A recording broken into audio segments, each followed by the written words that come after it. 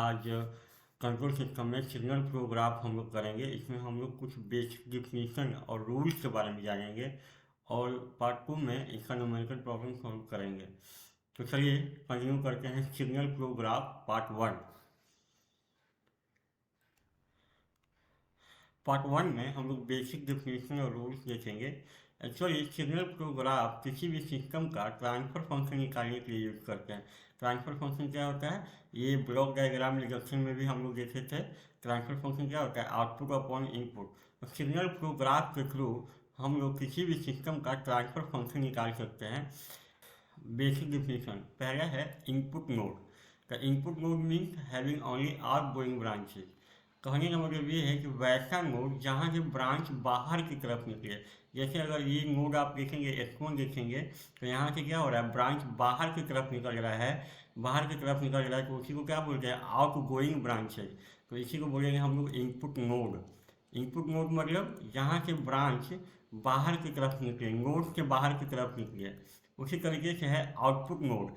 Output node means having only incoming branches, मतलब वैसा node जहाँ ब्रांच नोड के अंदर की तरफ जाए। जैसे इस नोड पे अगर आप देखेंगे तो ये जो ब्रांच जो है वो नोड के अंदर की तरफ जा रहा है, तो इसलिए इसको बोलते हैं आउटपुट नोड। जैसे यहाँ पे भी देखेंगे, यहाँ X1 क्या है, यहाँ से ब्रांच क्या है, बाहर की तरफ जा रहा है, बाहर की तरफ निकल रहा है, तो इसको बोलते हैं इनपुट नोड। अगर ब्रांच नोड के अंदर की तरफ जाएगा, अंदर की तरफ जाएगा, नोड के अंदर की तरफ जाएगा, तो उसको बोलते हैं आउटपुट नोड।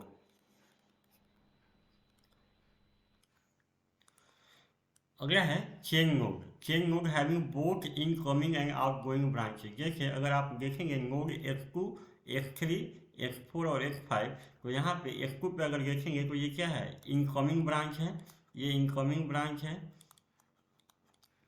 अगर आप ये देखेंगे तो ये भी क्या है, इनकमिंग ब्रांच है, और ये वाला है आउटगोइंग ब्रांच। मतलब वैसा नोड जहाँ पे दोनों हो, इनकमिंग भी हो और आउटगोइंग ब्रांच दोनों अगर है, तो उस नोड को क्या बोलते हैं, चेन नोड। जैसे यहाँ X3 है तो ये क्या है, इनकमिंग है, और ये वाला आउटगोइंग है। X4 है तो ये, इसलिए ये इनकमिंग हो जाएगा और ये वाला आउटगोइंग होगा दोनों। तो मतलब वैसा नोड जहाँ पे इनकमिंग और आउटगोइंग ब्रांच दोनों हो, तो वैसे नोड को हम लोग क्या बोलते हैं, चेन नोड। अगला है forward path from input to output. मतलब हमें इनपुट से कहाँ जाना है, आउटपुट। जैसे सपोज कीजिए अभी हम यहाँ पे हैं, यहाँ पे हैं, और हमें जाना कहाँ है, X5। ये है आपका इनपुट नोड और ये वाला क्या है, आउटपुट नोड। ऐसे क्यों, क्योंकि अगर आप देखेंगे तो X1 से क्या है, आउटगोइंग ब्रांच है, तो ये क्या हो गया, इनपुट हो गया। X5 पे क्या, इनकमिंग ब्रांच है, नोड के अंदर की तरफ आ रहा है, तो आउटपुट नोड। अब हमें करना क्या है कि इनपुट से आउटपुट जाना है। तो कैसे जाएंगे हम लोग, अगर हम X1 से X2 गए, फिर X2 से X3 गए, जा सकते हैं, ये रास्ता है। तो फिर X3 से X4 गए, X4 से X5 गए, तो ये जो रास्ता जो मिला हमें, इसी रास्ते को क्या बोलते हैं, forward path. Forward path, forward path कहने का मतलब आपको इनपुट से आउटपुट जाना है, और इनपुट से आउटपुट जाने में जो रास्ता आपको मिलेगा उसी रास्ते को क्या बोलेंगे हम लोग, फॉरवर्ड पाथ। तो हम कहाँ गए, X1 से X2 गए, X2 से X3 गए, X3 से X4 और X5, तो ये क्या हो गया हमारा फॉरवर्ड पाथ। हम इनपुट से आउटपुट ऐसे भी जा सकते हैं कि जैसे अभी आप मान लेते हैं यहाँ पे हैं,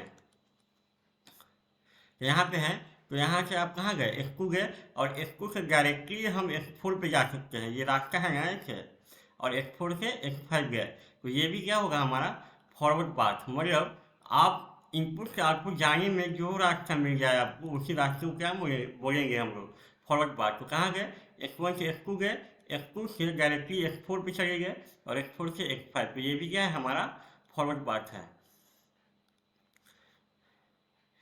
एक ऐसे जा सकते हैं क्या, जैसे तो यहाँ से X1 से X2 गए, X2 से X3 गए, X3 से X4 गए, यहाँ पे पहुँच गए हम लोग, यहाँ पे हैं अभी, और हम क्या कर रहे हैं, X4 से वापस X3 पे आ रहे हैं, क्योंकि ये रास्ता है ना, फीडबैक में रास्ता है। तो हम क्या कर रहे हैं, X2 से X3 वापस आए, और फिर X3 से X4 फिर ऐसे गए।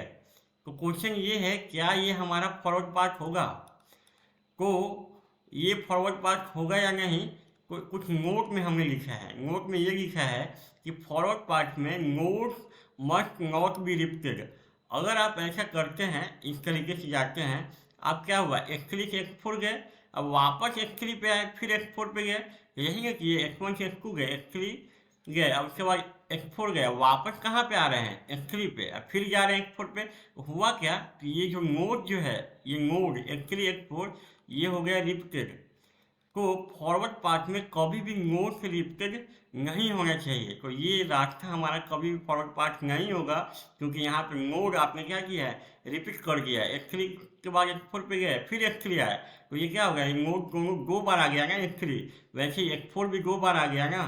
तो ये हमारा फॉरवर्ड पाथ नहीं होगा, ये गलत है। फॉरवर्ड पाथ ऐसा नहीं होगा, रीजन इसलिए क्योंकि अगर आप ऐसा करते हैं तो आपका नोट जो है X3 और X4 वो रिपीट हो रहा है, तो इसलिए ये हमारा फॉरवर्ड पाथ नहीं होगा। अगला है फीडबैक लूप या feedback path. Originate and terminate at the same loop. कहने का मतलब ये है कि आप जहाँ पे हैं घूम फिर के आपको वापस वहीं पे आना है। जैसे सपोज कीजिए अगर हम यहाँ पे हैं, X3 पे हैं, तो अगर हम यहाँ से X3 से X4 जा सकते हैं, ये रास्ता है ना, X3 से X4 गए, वापस X4 से X3 आ सकते हैं, क्योंकि फीडबैक में रास्ता है। तो आप जहाँ पे थे आप घूम के वापस वहीं पे आ गए, तो उसी को हम लोग बोलते हैं लूप। इसी को क्या बोलते हैं, लूप। मतलब जहाँ थे चल फिर के वापस वहीं पे आ गए, ये तो लूप हो गया। X3 से X4 गए, X4 से वापस X3 पे आ गए। वैसे ही अगर आप देखेंगे तो एक और लूप है हमारे पास। कैसे, अगर आप मान लेते हैं कि अगर आप अभी फिलहाल X2 पे हैं, तो X2 से X4 जा सकते हैं ना, ये रास्ता है ना, X2 से X4 गए, X4 से X5 गए, X5 से X6 पे गए, और 6 से फिर हम 2 पे आ सकते हैं, क्योंकि ये रास्ता है फीडबैक में, ये रास्ता है ना फीडबैक में। तो ये भी एक हमारा लूप है।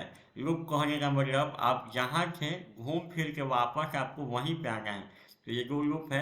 एक लूप और है हमारे पास, अगर आप देखेंगे तो ये लूप है। जैसे एक यहाँ पे है, फिलहाल आप यहाँ पे हैं और आप यहाँ से कहाँ गए, X3 गए, जा सकते हैं ना, रास्ता है। X3 से X4 गए, X4 से X5 गए, X5 से X6 पे गए, और वापस कहाँ पे हम आ गए, इस रास्ते के थ्रू X2 पे आ गए। तो आप यहीं पे थे ना, यहाँ से X6 पे गए, वापस यहाँ पे आ गए, तो ये भी एक हमारा लूप है। तो लूप मतलब वैसा लूप, लूप का मतलब वो जहाँ पे आप हैं घूम फिर के आपको वापस वहीं पे आना है, तो उसी को बोलते हैं हम लोग लूप। अगला है touching and non touching loop. Touching loop means having common node. जैसे अगर आप इस डायग्राम में देखेंगे तो यहाँ पे 2 लूप है। जैसे अगर मान लेते हैं कि अभी फिलहाल आप X2 पे हैं, तो अगर आप X2 पे हैं तो X2 से कहाँ जा सकते हैं, X3 पे जा सकते हैं, रास्ता है, वापस कहाँ है, X2 पे आ सकते हैं। तो ये हो गया लूप 1। वैसे ही अगर यहाँ पे देखें तो एक और लूप है, लूप ये वाला। अगर आप मान लेते हैं कि X3 पे हैं आप, X3 से कहाँ जा सकते हैं, X4 पे जा सकते हैं, वापस X3 पे आ सकते हैं, तो ये लूप 2 है। तो अगर लूप 1 देखें तो X2 से कहाँ गए, X3 गए, वापस X2 पे आ गए। लूप 2 में कहाँ थे, X3 पे थे, X4 पे गए, वापस X3। अगर इस दोनों को आप कंपेयर करेंगे तो आप पाएंगे कि X3 जो है दोनों में कॉमन है। कॉमन अगर हो गया तो उसको बोलते हैं टचिंग लूप। टचिंग लूप कहने का मतलब है कॉमन नोड। ये जो है X3 जो है वो दोनों लूप में कॉमन है, इसलिए इस लूप, दोनों लूप को क्या बोलेंगे, टचिंग, दोनों आपस में टच हो रहा है। वैसे ही अगर आते हैं हम लोग non touching loop means no common node. जैसे अगर आप देखेंगे तो यहाँ 2 लूप है हमारे पास। कैसे, अगर X2 से X3 जा सकते हैं, X3 से वापस कहाँ आ सकते हैं, X2 पे, तो ये लूप हो गया 1। और यहाँ पे एक और लूप है आपका, अगर आप X4 पे हैं तो X4 से कहाँ जा सकते हैं, X5 पे, और वापस कहाँ आ गए, X4 पे, तो ये हो गया लूप 2। तो ये है लूप 1 और ये है लूप 2। अगर दोनों को कंपेयर करेंगे तो दोनों में कोई भी कॉमन नोड नहीं है। तो कॉमन नोड नहीं है तो उसको क्या बोलते हैं, नॉन टचिंग। मतलब नोड अगर कॉमन नहीं है तो नॉन टचिंग। वैसे ही इस डायग्राम में देखेंगे तो यहाँ पे 2 लूप है हमारे पास। कैसे, पहले अगर आप मान लेते हैं कि X3 पे हैं आप, तो जब X3 पे हैं, X3 से कहाँ जा सकते हैं, X4 पे, और वापस कहाँ आ गए, X3 पे, तो ये हो गया लूप 1। और लूप 2 अगर आप देखेंगे तो आपके पास ये वाला लूप है। अगर आप F2 पे हैं तो F2 से कहाँ जा सकते हैं, F5 पे, ऐसे वापस F5 से कहाँ आ सकते हैं आप, F2 पे। तो ये हो गया लूप 2। तो यहाँ पे भी अगर देखेंगे तो कोई भी कॉमन नोड नहीं है, दोनों में कोई कॉमन नोड नहीं है, तो दोनों क्या हो गया, नॉन टचिंग लूप हो गया। वैसे ही इस डायग्राम में देखेंगे तो यहाँ पे भी हमारे पास दो लूप है। तो अगर आप देखेंगे तो दो लूप कौन कौन सा है।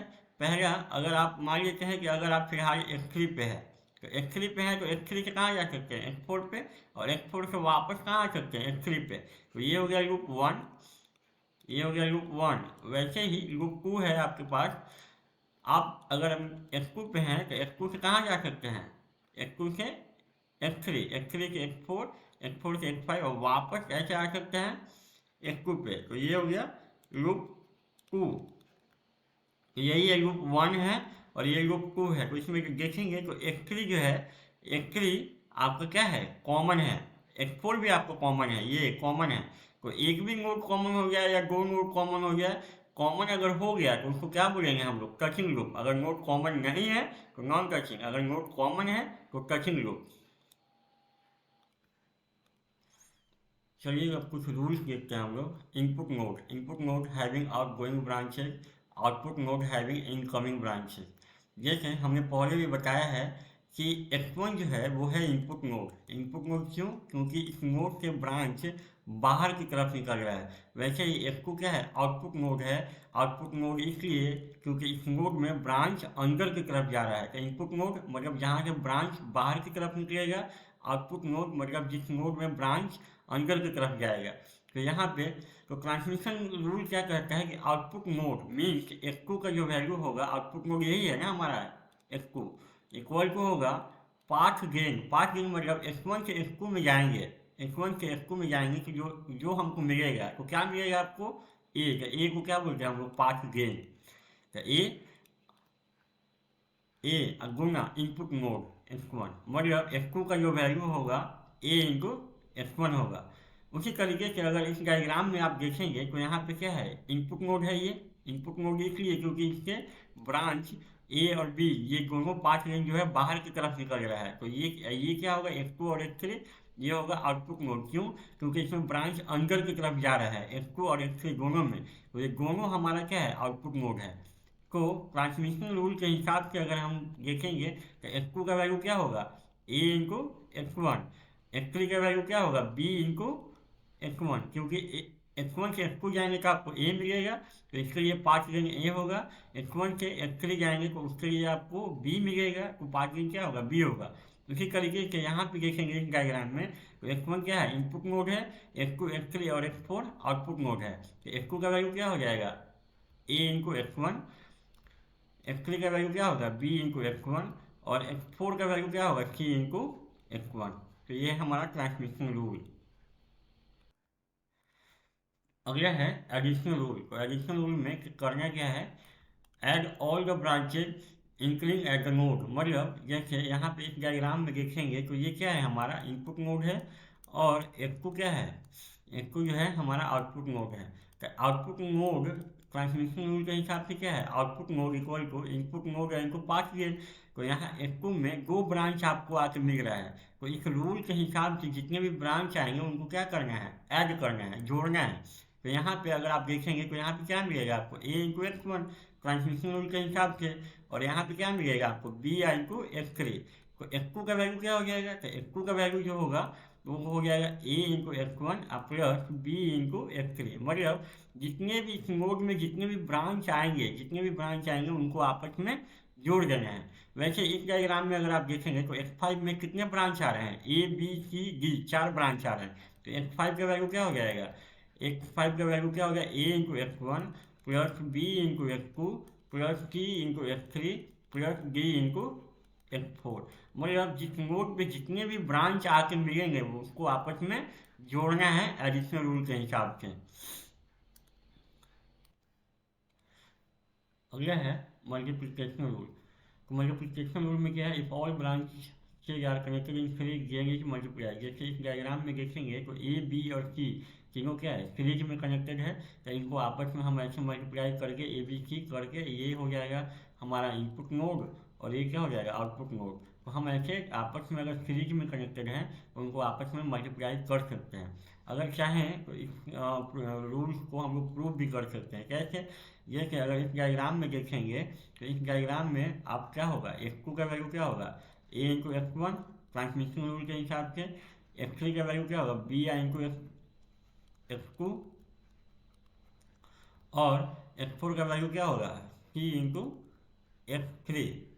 तो यहाँ पे x4 का वैल्यू है c इंटू x3 की जगह पे हम ये पुट कर सकते हैं क्या, b इंटू x2, और c b x2 की जगह पे क्या पुट कर सकते हैं आप, a इंटू x1। तो ये आ गया ना x4 equal to a b c x1। कहने का मतलब ये है कि अगर सारे ब्रांच कनेक्टेड इन सीरीज है तो उनको आपस में आप मल्टीप्लाई करके इस तरीके से आप लिख सकते हैं। अगला है फॉरवर्ड पाथ गेन। तो फॉरवर्ड पाथ गेन क्या है, जैसे आपका यहाँ पे क्या है, फॉरवर्ड पाथ ये है, ये आपको फॉरवर्ड पाथ गेन है, सॉरी ये फॉरवर्ड पाथ है। तो फॉरवर्ड पाथ में जो आपको मिलेगा ABCD, यही 3-4 गेन मिला है ना, इसमें क्या मिला A, इसमें BCD। तो फॉरवर्ड पाथ गेन अगर आपसे पूछा जाए तो क्या करना है, आपस में जो भी आपको गेन मिला है उसको आपस में क्या करना है, मल्टीप्लाई कर देना है। वैसे ही अगर यहाँ पे आपका क्या है, फॉरवर्ड पाथ ये है ना आपका, ये है फॉरवर्ड पाथ, ऐसे आप जाएंगे फॉरवर्ड पाथ में। तो फॉरवर्ड पाथ में आपको क्या मिला है, AED। आपसे पूछा जाएगा forward path gain, forward path में जो आपको गेन मिलेगा, यहाँ पे क्या मिला है AED, तो उसी को आपस में क्या करना है, मल्टीप्लाई कर देना है। तो उसी को बोलते हैं हम लोग फॉरवर्ड पाथ गेन। इस डायग्राम में अगर हम फॉरवर्ड पाथ गेन निकाल रहे हैं तो आपको फॉरवर्ड पाथ यही है ना, ये है आपको फॉरवर्ड पाथ। कैसे गए आप, x1 से x2 गए, x2 से x3 गए, x3 से x4 गए, तो आपको क्या मिला ABC। तो ये हुआ आपका फॉरवर्ड पाथ गेन। कभी कभी बच्चे क्या करते हैं कि ये बोलते हैं कि ये भी तो हमारा फॉरवर्ड पाथ है, जैसे यहाँ से ऐसे गए, x2 पे गए, x3 पे गए, और उसके बाद ये वापस ये लूप में जा रहे हैं ऐसे, और फिर वापस यहाँ पे आ रहे हैं, और उसके बाद ये कह रहे हैं और बोलते हैं क्या कि ये भी हमारा फॉरवर्ड पाथ है। तो क्या ये फॉरवर्ड पाथ होगा या नहीं, और बोलते हैं कि फॉरवर्ड पाथ गेन हमारा ए बी यहाँ पे गए तो यहाँ पे क्या मिला, आपको डी मिला, और फिर वापस सी मिला। लेकिन जब आप ऐसा किए तो आपको फॉरवर्ड पाथ हुआ क्या, आपका इसमें अगर फॉरवर्ड पाथ अगर हम लिखेंगे यहाँ पे, देखिए क्या है, x1 से x2 गए, x2 से आप x3 गए, और x3 के वापस फिर x3 पे आ रहे हैं आप। अगर आप ऐसे जा रहे हैं x3 पे पहुंचे, यहाँ पे अब पहुंच के फिर यहाँ से ऐसे आ रहे हैं x3 पे, अब उसके बाद x4 पे जा रहे हैं। हुआ क्या, ऐसा आप किए तो ये जो x3 जो नोड जो है वो रिपीट हो गया। तो हमने पहले भी बताया है कि फॉरवर्ड पाथ में नोड रिपीट नहीं होना चाहिए। तो ये तो हमारा पहली बात तो फॉरवर्ड पाथ है ही नहीं, फॉरवर्ड पाथ गेन ये होगा कैसे, तो ये गलत है, ये ऐसा हम नहीं कर सकते। नोट में हमने लिखा है कि फॉरवर्ड पाथ में self loop could not be taken into account. Self loop मतलब यही है, सेल्फ लूप। सेल्फ लूप मतलब वैसा लूप जो सिंगल नोड से बना है, जो सिंगल नोड से बना है उसको आप फॉरवर्ड पाथ में कभी भी नहीं लेंगे। अगर आप लेंगे वापस, अगर आप इसको सेल्फ लूप को फॉरवर्ड पाथ में लेते हैं तो आपका क्या होगा, ये जो नोड है, ये जो नोड है, ये नोड क्या होगा, रिपीट होगा। तो फॉरवर्ड पाथ में कभी भी सेल्फ लूप को हम लोग कंसिडर नहीं करेंगे। अगला है loop gain, product of all gains of the branch forming a loop. जैसे यहाँ पे देखेंगे तो यहाँ पे एक लूप है ना आपके पास, x2 से x3 गए, x3 से वापस कहाँ है, x2 पे, तो ये आपका एक लूप है। तो इस लूप में आपको क्या क्या मिला है, इस लूप में x2 से x3 गए तो a मिला, x3 से x2 आए तो b मिला। तो लूप गेन क्या करना है, दोनों को आपस में मल्टीप्लाई कर देना है, यही आपका क्या हो गया लूप गेन। इसमें क्या है, इसमें आपका लूप क्या है, x2 से x3 गए, x3 से x4 गए, और वापस कहाँ आए, x2 पे आए, तो क्या क्या किया आपको, ABC, तो तीनों को आपस में मल्टीप्लाई कर दिया है। तो ये हो गया हमारा लूप गेन। आज की क्लास में इतना ही, अगले क्लास में हम लोग इसका न्यूमेरिकल प्रॉब्लम सॉल्व करेंगे। Thank you.